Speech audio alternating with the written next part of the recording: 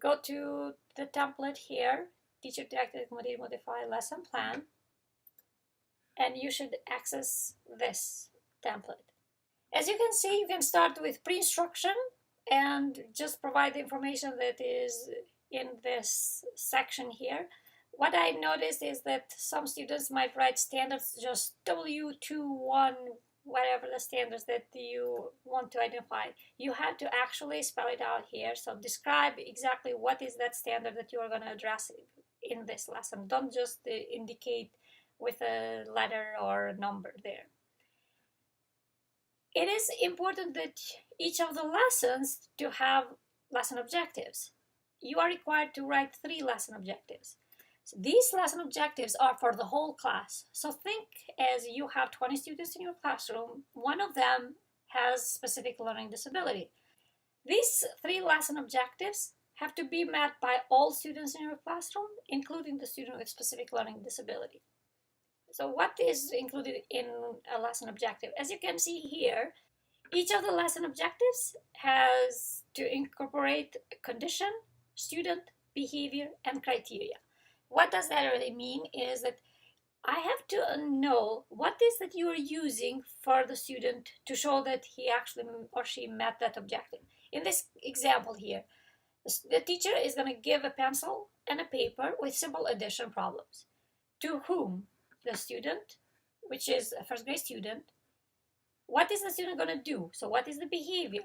The student will calculate the answers. So calculation is something you can see. Don't use understand. Don't use know, because we can't see how the student knows. The student tells us that knows something by listing, maybe calculating, adding, matching, identifying.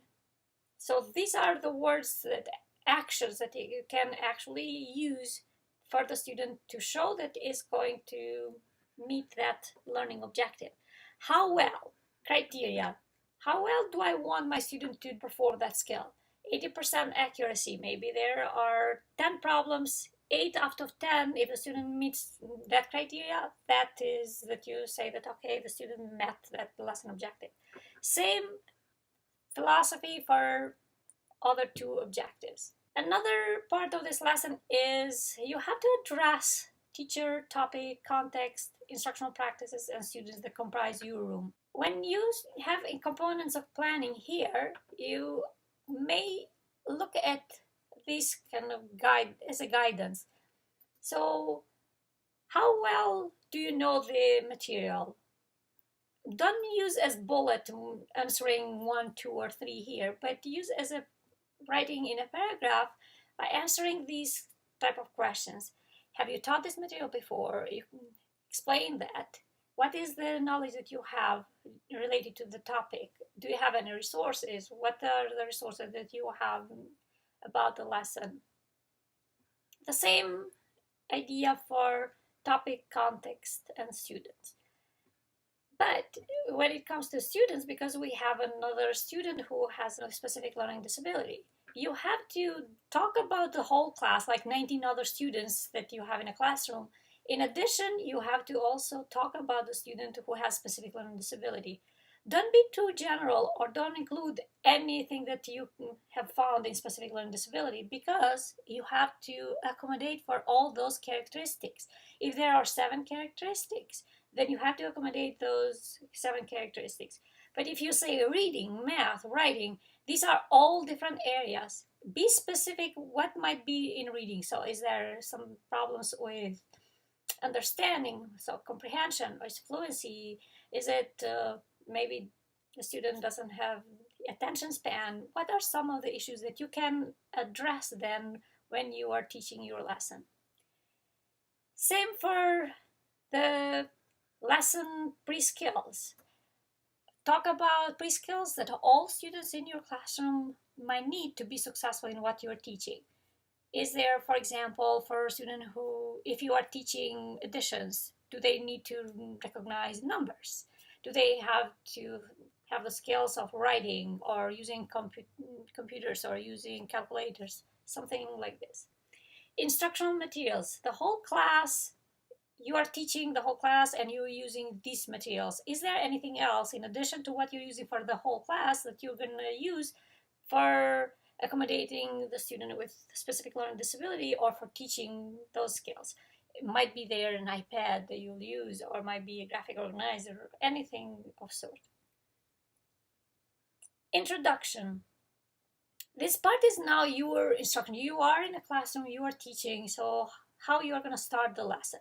What I recommend is that you look at the rubric here, the evaluation rubric, and it'll help you because it'll show what you exactly need to include. For introduction, you have lesson objectives. It has to be the introduction, something related to objectives that you have for the lesson. If it is addition, it has to be something that you are going to talk about addition. If it is about presidents of the country, then it has to do something, the intro has to do something with the objectives that you have. Don't start your lesson right away without reviewing what you have taught the students in a previous lesson. Make a smooth transition from previous learning to new learning that they are going to have. Also, introduce your students with activities of the lesson. So say that, okay, we'll start with this, then next we're going to do this with a group, or you're going to work with a partner, and in the end you're going to do this. So introduce your students with the steps, what to have that prediction, what is going to happen. Instruction component. Because this is a teacher-directed lesson plan, don't involve students here. Now, this is why I have it I do. So this is you. You are going to model the skills, the knowledge that you are teaching. It is your job to teach. And how you're going to do this teaching, that is very important. What you need to do is to model. So if it is, again, lesson objectives, you have to address lesson objectives. If you are teaching additions, then you have to model those concepts. So what is really the addition? If it is a single digit, if it is a double digit, whatever the concept that you are teaching, then you have to provide examples. What are those examples, the relevant examples about the skills that or knowledge that you are teaching?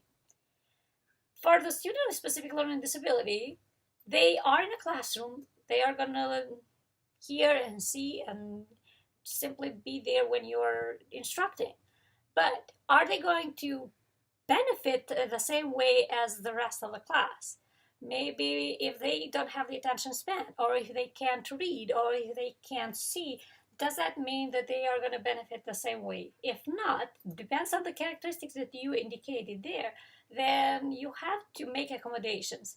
If they can't read, what else can you do? So if you have a student who has problems with writing and you're providing a PowerPoint and you're asking them to take notes, if they have a problem with writing, will they be able to use those notes or write those notes same way as typically developing children? If not, what can you do?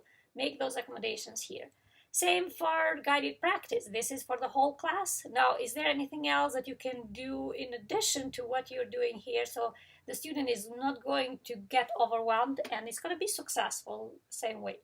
With guided practice, now first you were the teacher and you model the skills. Now you are going to have students practice. So now it is you and your students. So we do together with your students, you're going to practice what you already taught.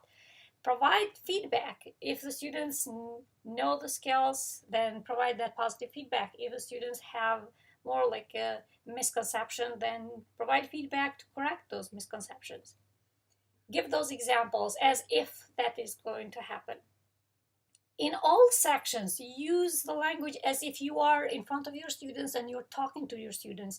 Provide a very detailed information about what is happening in each of the sections.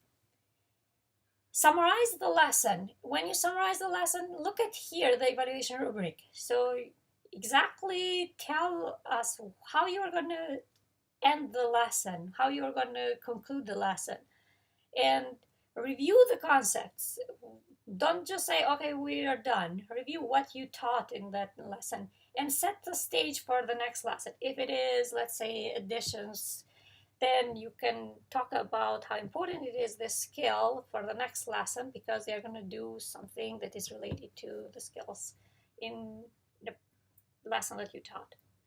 Same issues with accommodations and modifications here for a student with a disability. If you are talking, if you are reviewing, can the student follow? If you are in front of a class and summarizing orally, is this going to benefit a student with specific learning disability? Based on the characteristics, can they really do the same or do well or perform well as the rest of the class? Think about that, make recommendations. What can you change in regard to how you deliver it, how they are going to receive that information?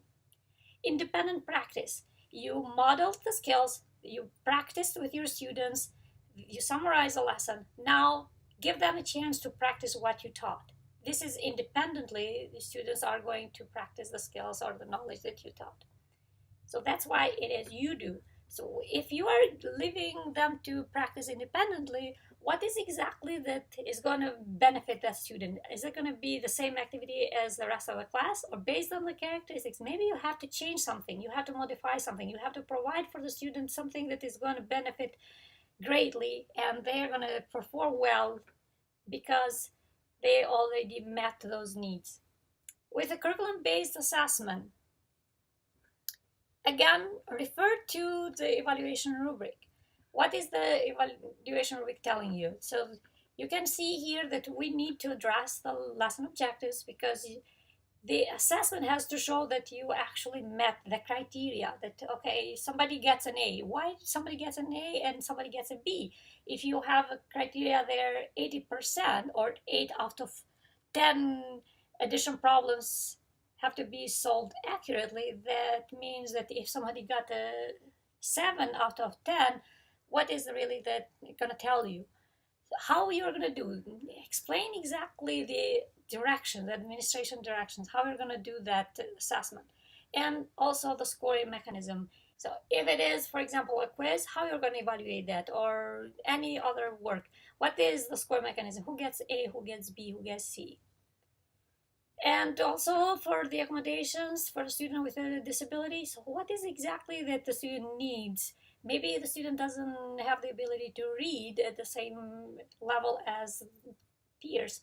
If you are asking them to read and then provide more like a content comprehension, does the student need more time compared to peers? Is there anything else like technology that you can provide for them? And still, they are going to meet the expectations, but for the lesson, but they are going to do it in a way that is going to be based on their abilities that they have. I hope that this was helpful. Please let me know if you have any questions. I will be available to you online. Just let me know. Thank you and good luck. Looking forward to reading your lesson plans.